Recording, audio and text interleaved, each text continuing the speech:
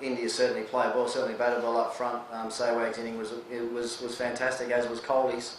They would have been happy with the way they batted. I'm sure if you ask them now, though, they might have been a little bit disappointed with the fact that Bangladesh scored as many runs as they did chasing. I must admit, I didn't think Bangladesh would score that many chasing that sort of total. But yeah, so does it mean that they're favourites? Look, they've started the tournament well. As I said a week ago now, I'm not sure if there's any such thing as a favourite going into a tournament like this. There are so many good teams here that on any given day in one-day cricket can upset one another. So I'm sure you'll see some upsets as this tournament goes on, and yeah, we'll see how things go. Oh, look, I said before I left Australia that I thought I'd still have a little bit of discomfort with my finger. I haven't been too restricted in the practice games that I've played.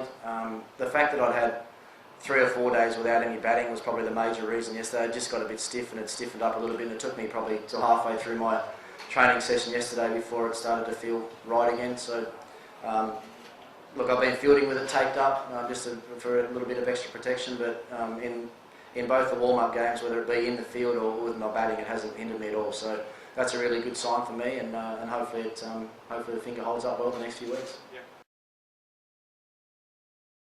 The whole 3 countries that are hosting these games will be extremely excited about what the World Cup holds. I mean, I've been in India for a week and spent a couple of days in Bangladesh with the opening ceremony, and the buzz around both India and certainly Dhaka, where we were, has been quite amazing, and what you'd expect for a 50-over World Cup. I mean, this is the pinnacle of our sport in the 50-over game, and I mean the fact that there are so many cameras here and so many media here today indicates to me that the excitement around this tournament is as big as I've ever seen in any of the other World Cups that I've played in. So, look, 2020 cricket is having an impact on the world game. There's no doubt about that. But from what I've seen this week so far, I don't think it's taken anything away from this World Cup.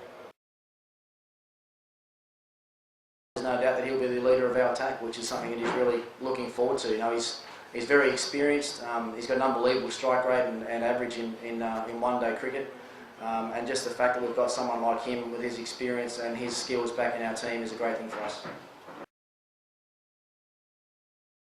We all want to see the game develop and blossom in different countries around the world. I've always been a bit unsure if World Cups and Champions Trophies are the right place to do that. You know, and the major reason for that is I'm not sure how much a lot of the teams actually learn when they're getting hammered like they tend to do in a lot of those contests. So. So I think it would probably, at the end of the day, it would probably be a better tournament if there were fewer teams. But we understand the responsibility for the game to continue to grow around the world as well.